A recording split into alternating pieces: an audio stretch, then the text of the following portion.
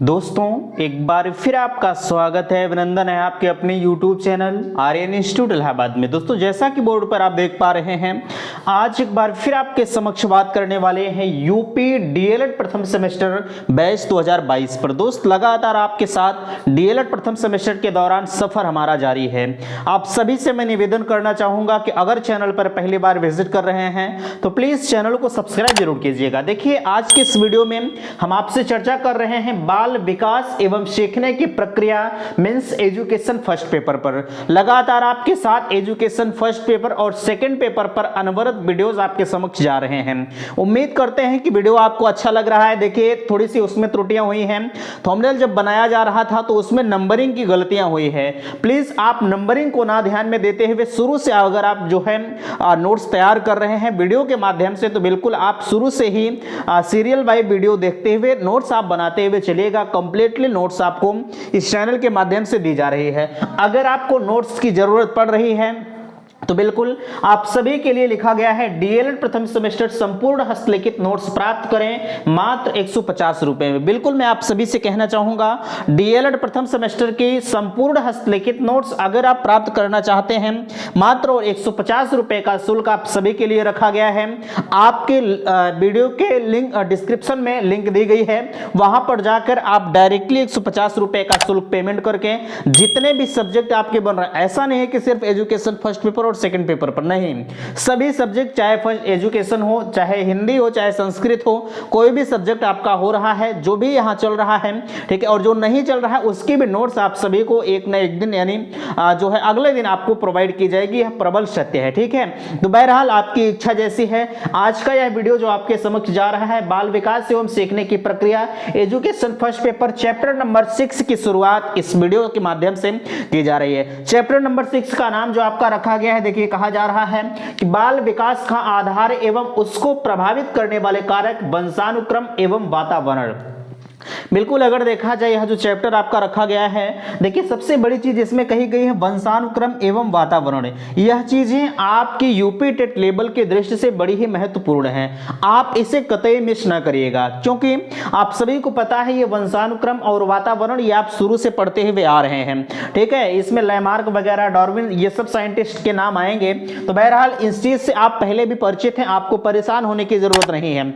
यहां आप ध्यान दीजिएगा बाल विकास का आधार क्या होता है, बाल विकास को कौन कौन से कारक प्रभावित कर सकते हैं, ये सारी चीजों का डिस्कशन इस वीडियो में किया जाएगा। तो बहरहाल आपको अगर पीडीएफ की जरूरत पड़ रही है हस्तलिखित नोट्स की, यह जो वीडियो आपके समक्ष जा रहा है पार्ट 1 जा रहा है। नेक्स्ट पार्ट 2 में हम आपसे चर्चा करेंगे। फिलहाल के लिए हम आपसे कह रहे थे कि अगर आपको जो है नोट्स की जरूरत पड़ रही है तो लिंक आपके डिस्क्रिप्शन बॉक्स में दिया गया है, वहां पर जाकर आप कोर्स को परचेज कर सकते हैं। तो चलिए हम आपको सीधे तौर पर ले चलते हैं मोबाइल के स्क्रीन पर, जहां से सारी चीजें आपको खुद ब खुद नजर आती हैं। दोस्तों हम आ चुके हैं अपने मोबाइल की स्क्रीन पर, जहां से आप देख पा रहे हैं चैप्टर नंबर 6 की शुरुआत आपके बीच में की जा रही है। देखिए सबसे पहले आप चैप्टर से परिचित हुई। आपके चैप्टर का नाम रखा गया है बाल विकास का आधार एवं उसको प्रभावित करने वाले कारक वंशानुक्रम एवं वातावरण। आप एक शब्दों में अगर कहा जाए, यहाँ से देखने का प्रयास करेंगे, यहाँ हेरिडिटी एंड इन्वायरमेंट, यह आपके चैप्टर का नाम है। देखिए हमने आपको पहले भी बताया कि चैप्टर 6 के हम जो है इसे हम 2 से 3 पार्ट में करके आपके समक्ष रखने का प्रयास करेंगे। चूंकि चैप्टर बड़ा है इस वजह से 2 से 3 लेक्चर में उम्मीद करते हैं कि आपके बीच में जाएगा।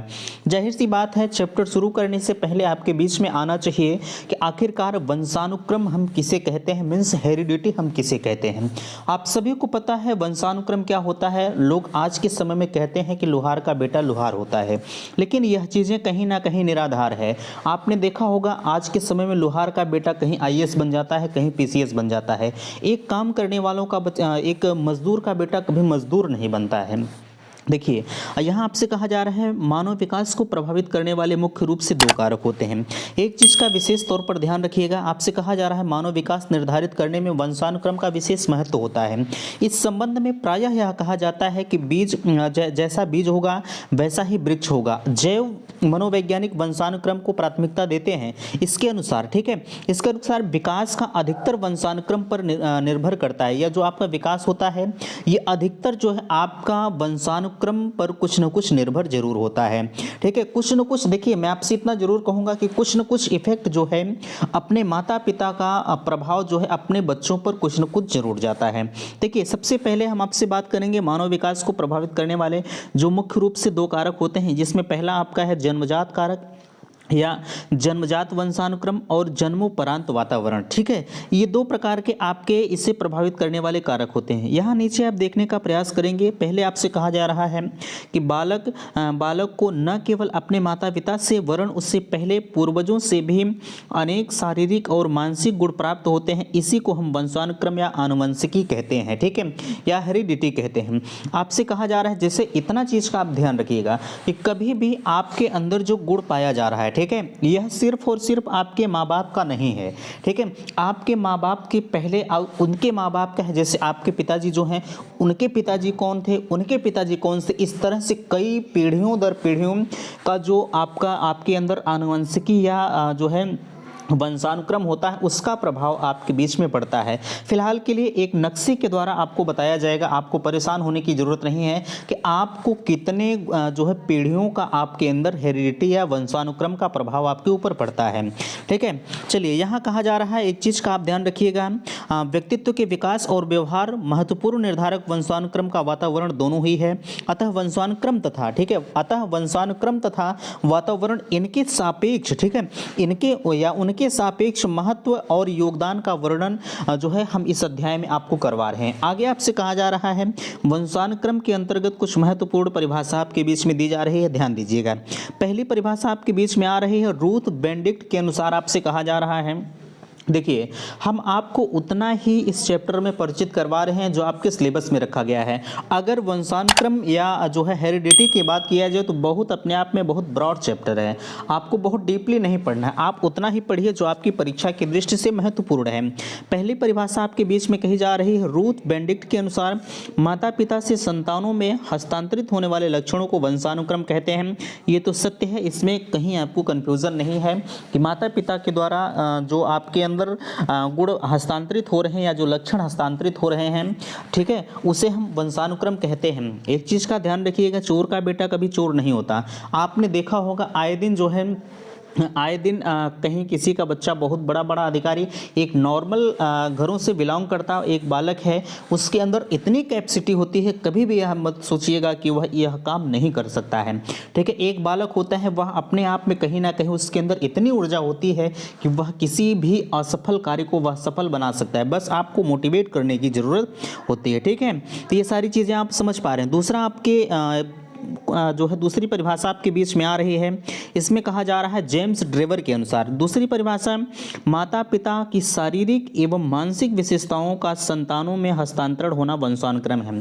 देखिए हमने आपसे कहा है, कभी भी एक चीज़ का आप ध्यान रखिएगा कि जो भी परिभाषा आपके बीच में दी जा रही, जैसे अगर जेम्स ड्रेवर के अनुसार आपसे परिभाषा पूछी जा रही बाबू, ठीक है, तो आपको अगर यह परिभाषा नहीं याद है, ठीक है, तो आप जो है हेरिडिटी या वंशानुक्रम से संबंधित कोई भी परिभाषा इनके अनुसार लिख दीजिए।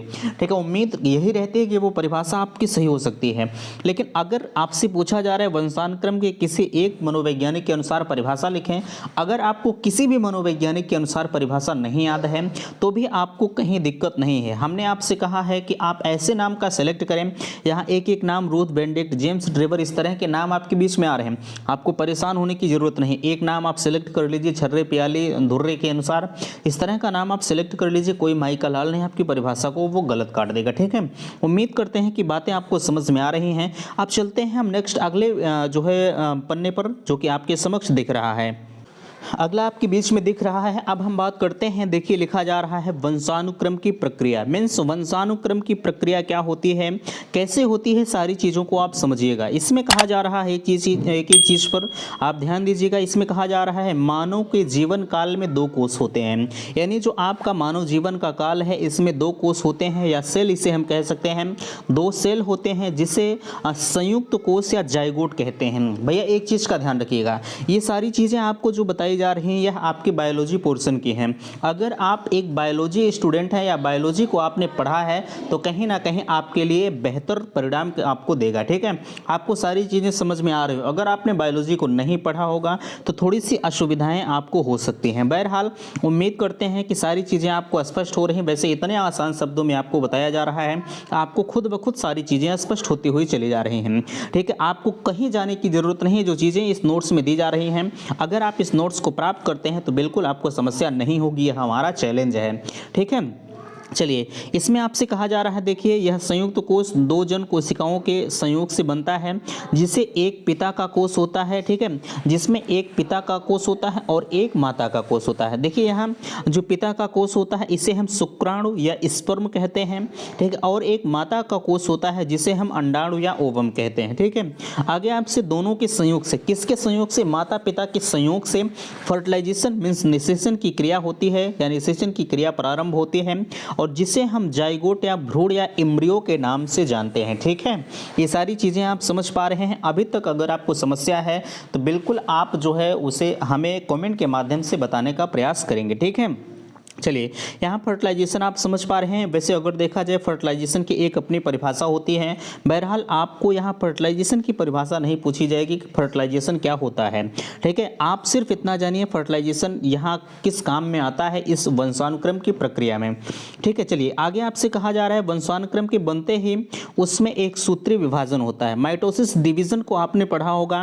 वैसे ये जो है आपके बॉटनिकल का पोर्शन है, बॉटनी का पोर्शन है, आपने पढ़ा होगा। हमें लगता है कि इंटरमीडिएट में या अगर आप बीएससी करके आए तब भी आपने पढ़ा है। ठीक है, कहा जा रहा है कि भ्रूण के बनते ही उसमें सूत्रीय विभाजन माइटोसिस की क्रिया आरंभ हो जाती है, जिसके फल स्वरूप 2, 4, 6, 8, 16, 32। ठीक है, तथा इसी के क्रम में 2, 4, 6, 8, 16, 32 इसी के क्रम में संख्या बढ़ता चला जाता है। इससे सिद्ध होता है कि मातृकोश और पितृकोश में 23 वंशसूत्र या क्रोमोसोम्स होते हैं। ये आपसे पूछा जा सकता है कि क्रोमोसोम्स की संख्या कितनी होती है, तो आप कहेंगे 46 होती है, या क्रोमोसोम्स कितने जोड़े में होता है तो आप कहेंगे 23। ठीक है, ये सारी चीज़ें आप समझ पा रहे हैं। अब एक परिभाषा आपके बीच में आ रही है। ठीक है, देखिए मन के अनुसार परिभाषा आप जरा सा विचार करें। मन के अनुसार कौन सी परिभाषा? ये मन कौन से वैज्ञानिक थे? हम इसीलिए आपसे कह रहे हैं कि आपको कहीं दिक्कत नहीं है। अगर आपको किसी भी साइंटिस्ट के अनुसार परिभाषा याद नहीं आ रही है तो बिल्कुल आपको परेशान होने की ज़रूरत नहीं है। आप आसान से शब्दों में कोई भी एक नाम सेलेक्ट करिएगा, अपना ही नाम आप लिख दीजिएगा। वैसे कोशिश ये करिएगा कि थोड़ा सा अटपटा नाम रहे, किसी इंग्लिश वगैरह का नाम लिख दीजिएगा तो वो आपका सही हो जाएगा। परेशान होने की ज़रूरत नहीं है। लिखा जा रहा है हमारी असंख्य परंपरागत विशेषताएं इन 46 वंश सूत्रों में उपस्थित होती हैं। वंश सूत्रों में छिपे वंशानुक्रमीय कारकों को पित्रैक कहते हैं। आपसे पित्रैक के बारे में पूछा जा सकता है कि पित्रैक किसे कहते हैं। वंश सूत्रों में ध्यान दीजिएगा, वंश सूत्रों में छिपे वंशानुक्रमीय कारकों को पित्रैक कहते हैं। ये चीज़ें स्पष्ट हो रही हैं। ठीक है, आपसे पूछा जा सकता है, लोग कहते हैं कि इसका वंश ही खराब है। ठीक है, ये इस तरह की बातें आपने देखा होगा, इनका वंश ही खराब है, इस तरह की बातें लोग, अवधारणाएं आपके गांव देहात में लोग करते हैं। तो उम्मीद करते हैं कितनी बातें आपको समझ में आ रही हैं। अगला आपके बीच में आ रहा, देखिए यहाँ से समझने का प्रयास करेंगे। ठीक है, देखिए कहा जा रहा है यह पित्रैक वंश परंपरागत के मुख्य वाहक होते हैं। इन्हीं के कारक माता पिता या पूर्वजों के शारीरिक और मानसिक गुण संतानों में पाए जाते हैं। ठीक है, यह पित्रैक वंश परंपरा के मुख्य वाहक होते हैं। इन्हीं के कारण माता पिता या पूर्वजों के शारीरिक और मानसिक संतानों में पाए जाते हैं या मानसिक गुण संतानों में पाए जाते हैं। ये चीज़ें आपको स्पष्ट हुई कि नहीं हुई, बिल्कुल आप मुझे कमेंट के माध्यम से बताने का प्रयास जरूर करेंगे। वीडियो छोटा है लेकिन आपके लिए महत्वपूर्ण है। ठीक है, आगे सोरेनसन महोदय के अनुसार कहा जा रहा है, सोरेनसन महोदय देखिए यह महत्वपूर्ण परिभाषा आपके बीच में है। लिखा जा रहा है पित्रैक में सम्मिलन के परिणाम को हम वंशानुक्रम कहते हैं। हमने आपसे कहा है कि कोई भी परिभाषा अगर आपके बीच में आ रही है तो कोई, जैसे वंशानुक्रम के ऊपर अगर परिभाषा आपके बीच में दी जा रही है तो कोई कान इधर से पकड़ता है, कोई कान इधर से पकड़ता है, सभी का टारगेट। ठीक है, जैसे होता नहीं है कि आपको एक टारगेट दे दिया जाता है, बाबू आपको यही पकड़ना है और आप इसी के इर्द गिर्द टहलते रहते हैं, धीरे धीरे करके इस तरह से चले आते हैं, तो हर मनोवैज्ञानिक की परिभाषाएं एक ही होती हैं। ठीक है, कोई इधर से कह रहा है, कोई उधर से कह रहा है, सभी ने वंशानुक्रम का परिभाषा एक ही चीज़ों पर दिया है। ठीक है, तो ये सारी चीज़ें आज की वीडियो में आपके समक्ष रही। अगर वीडियो अच्छा लगा होगा तो प्लीज़ लाइक कीजिएगा, शेयर कीजिएगा, और अगर आपको इस PDF की ज़रूरत पड़ रही है तो बिल्कुल आप जो है लिंक आपके डिस्क्रिप्शन बॉक्स में दिया गया है, वहाँ पर जाकर आप मामूली से शुल्क 150 रुपये का पेमेंट करके इस PDF को आप प्राप्त कर सकते हैं। ठीक है, अगर वीडियो अच्छा लगा होगा तो लाइक कीजिएगा, शेयर कीजिएगा और चैनल को सब्सक्राइब कीजिएगा। वीडियो समाप्त करते हैं। थैंक्स, धन्यवाद।